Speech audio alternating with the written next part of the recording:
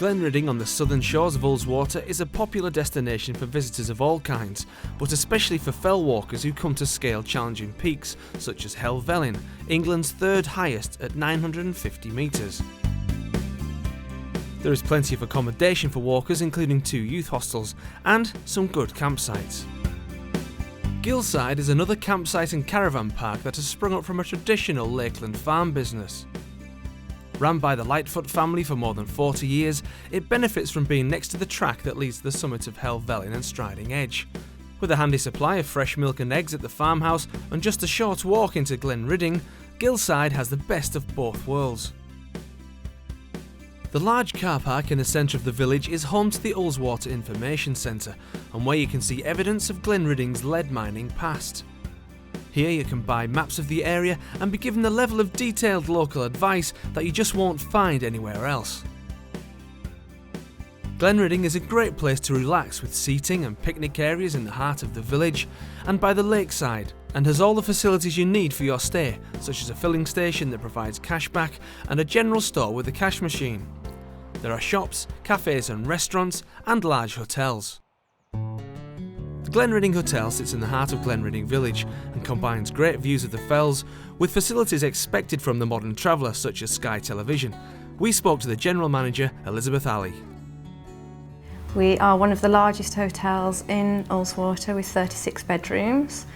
We have family rooms, family suites, standard double, standard twins, superior rooms.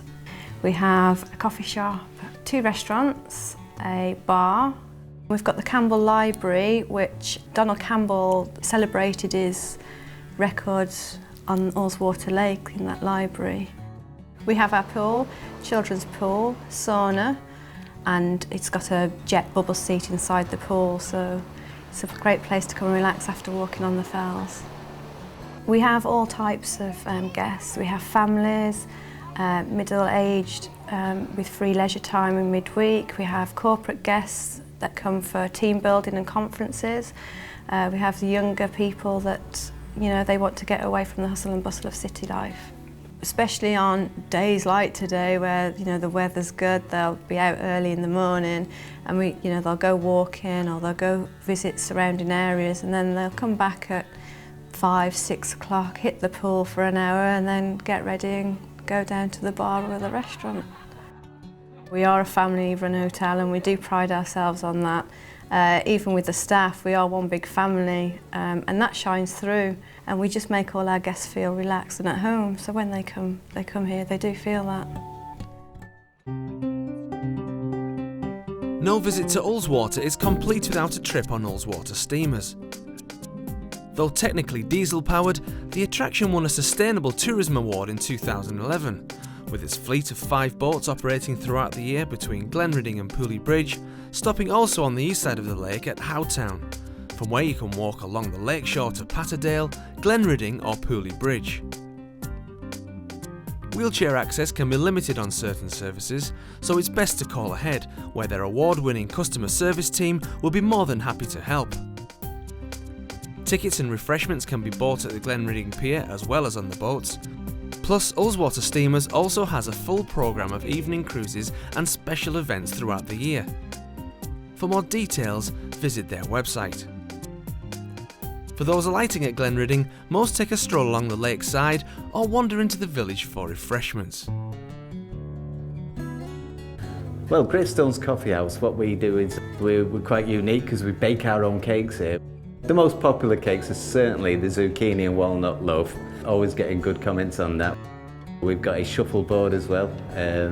Families come in, they play the shuffleboard on rainy days. We are a gallery also. What we focus on is catering for everybody. There's something for everybody here, whether you've been walking on the fell or you're on a day trip. Just pop in and it's good times for all. There are guest houses in the village too, such as Moss Crag, which is available for dinner, bed and breakfast, has a licensed bar with Wi-Fi, comfortable rooms, great views, and owner Mark is a blue badge guide.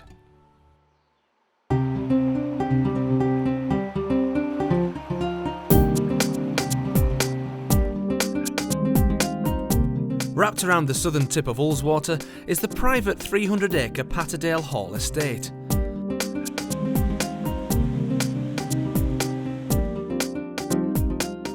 Open all year, its 17 self-catering properties include cottages and popular wooden lodges, perfect for families looking for a base to explore Ullswater and the rest of the Lake District.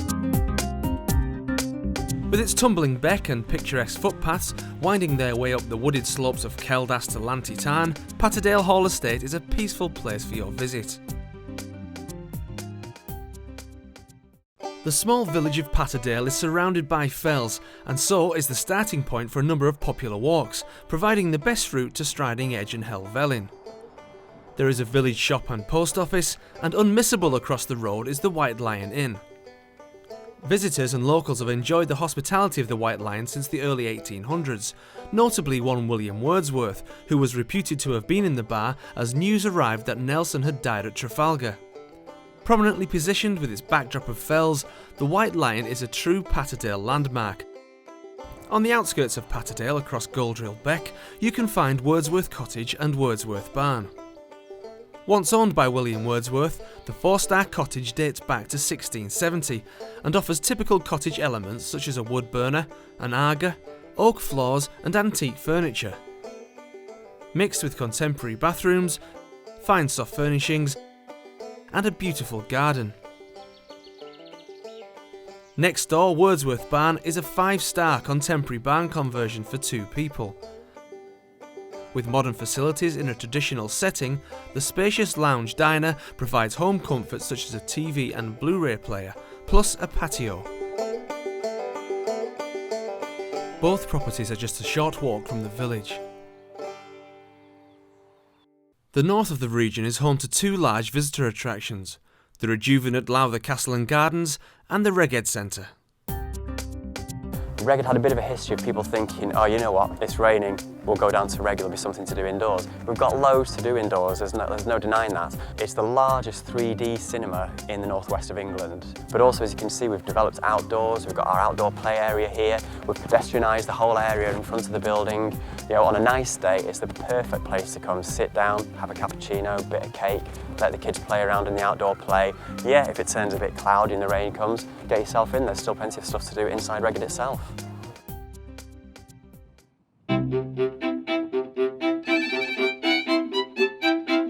Well, what we have here is the start of a major restoration project, and that's split into 3 things. Firstly, we've got the restoration of the castle ruins.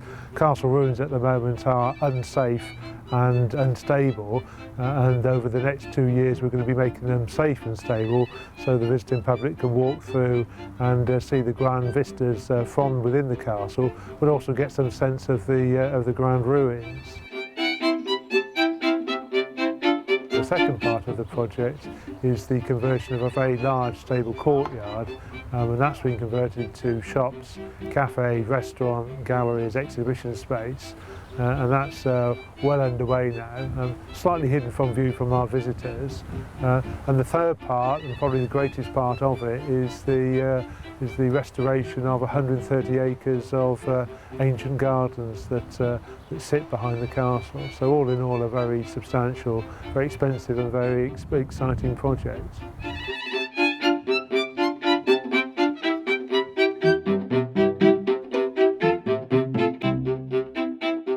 What we have here is Jack Croft's summer house that has these rather fetching views of Jack Croft's pond.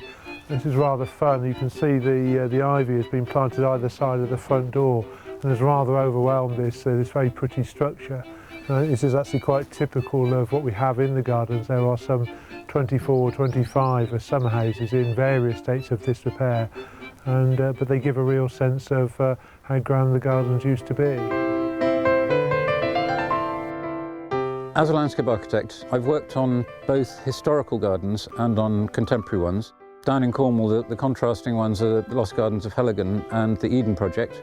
But what is really remarkable when you get here is that the whole structure of the garden and the bones of it are still evident. You can see it, it's all still there, these incredible man-made terraces and so on.